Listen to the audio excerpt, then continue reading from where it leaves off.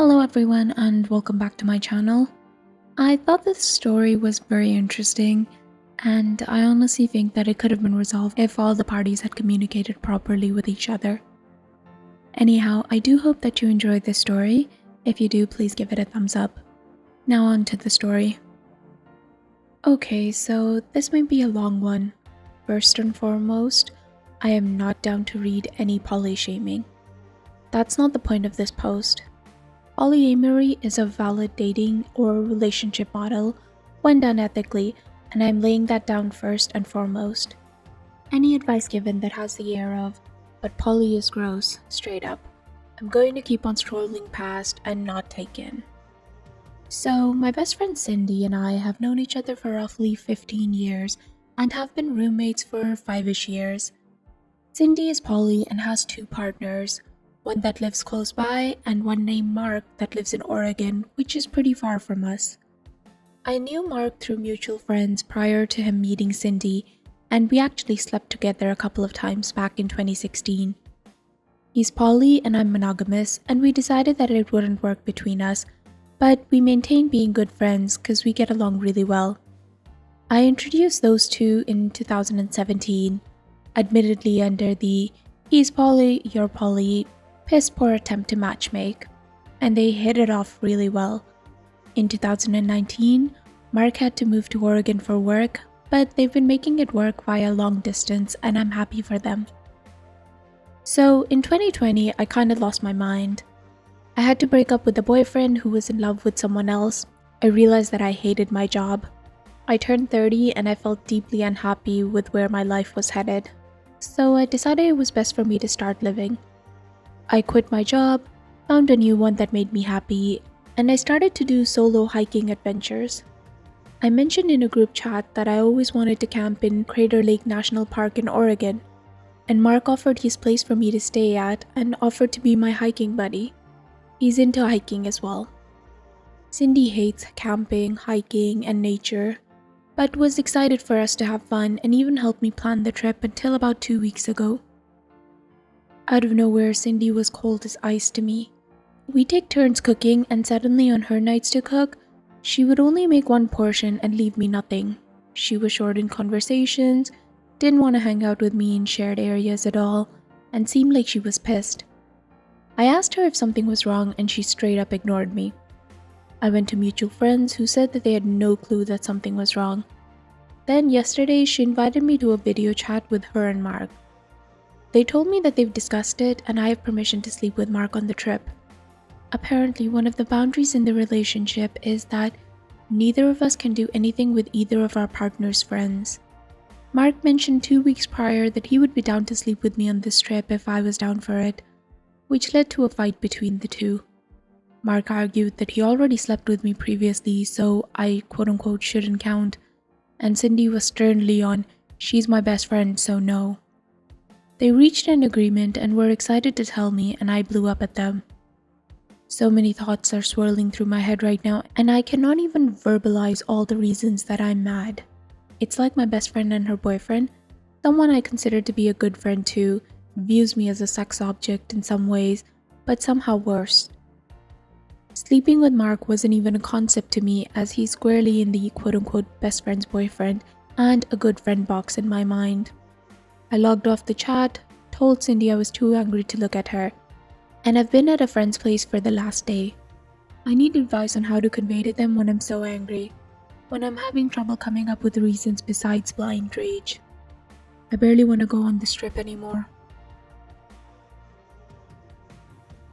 I think where the shock and hurt is coming from is mostly from the fact that I've been treated like trash for the past 2 weeks in my own home for an issue that if anyone asked me, I could have ended with a quick, yeah, no, that's not going to happen.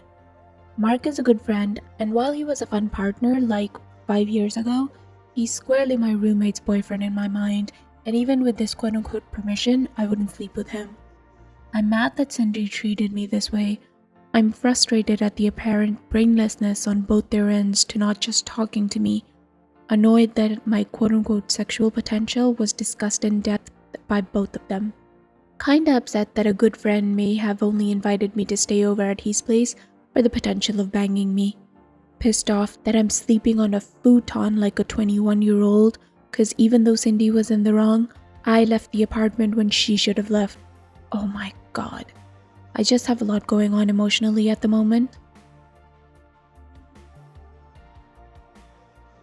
Okay, so I just wanted to say thank you to everyone who commented. Today has been rough for the most part, but me and my friend whose futon I'm occupying got tacos, and I got to process this for the better part of my day. My feelings have landed mostly on being upset with Cindy. No matter what drama was going on in their relationship, I was treated like a pariah in my own home, and that's unacceptable. The annoying part of this is that now I'm doubting whether or not I would have even considered sleeping with Mark if the situation came up organically. My friend who I'm staying at, she's also poly. I'm one of the few mono people in my immediate friends group, hence why I was really harsh in my post about not accepting poly hate, cause those are my people. Anyhow, my friend asked me how I would have preferred this situation playing out. My response was pretty much 1. Cindy not taking out whatever she was feeling on me while they were having their backroom discussion. 2. Being approached by one of them individually to see if I was interested in any of this and not in the weirdest Discord call in the world. She was in the room right next to me. She could have just come in and talked to me solo. If Mike would have asked me, I probably would have run to Cindy being like, "Your boyfriend is hitting on me. I'm unsure if that's even allowed." If Cindy would have, Christ on the cross, I'm unsure how that would have even gone. Who knows, maybe with permission, and wine, and a breathtaking view of the lake. Seriously, ignore me and Google Carter Lake National Park, it's gorgeous. Something might have happened. Nothing sure as hell is going to happen now though. This is a long-winded post to say that I'm planning to talk to each of them one-on-one because at the end of the day, I already dropped like $450 on a round-trip ticket and I cannot afford to stay anywhere else on short notice. I've looked into campsite lodges and nearby Airbnbs or hotels and everything's too expensive for me. And my PTO is already approved in my workbook. I'm not going to be awkwarded out of my vacation that I've dreamed about.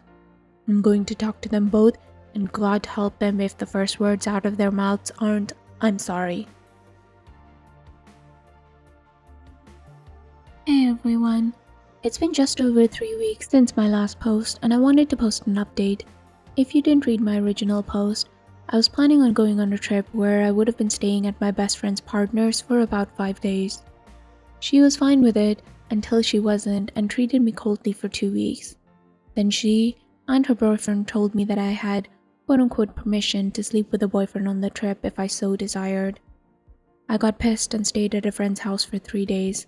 It was such a fun experience. I went home after 2 or 3 days. I can't actually remember how long I was gone now, when Cindy sent me a message saying that she wanted to apologize. Apparently, Cindy reached out to the mutual friend that I was staying with, and that friend went over every cruel thing Cindy did to me during her 2 weeks of shutting me out and told her to get herself together. We sat down and talked, and it was pretty illuminating what she had to say. Cindy and I have known each other for 15 years.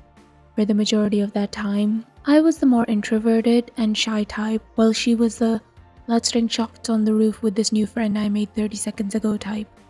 When the plague hit, we both had 2 very different responses. After realizing that I was deeply unhappy with all parts of my life, I flipped everything on its head. I found a new job and I made a bunch of work friends. I started doing solo adventures.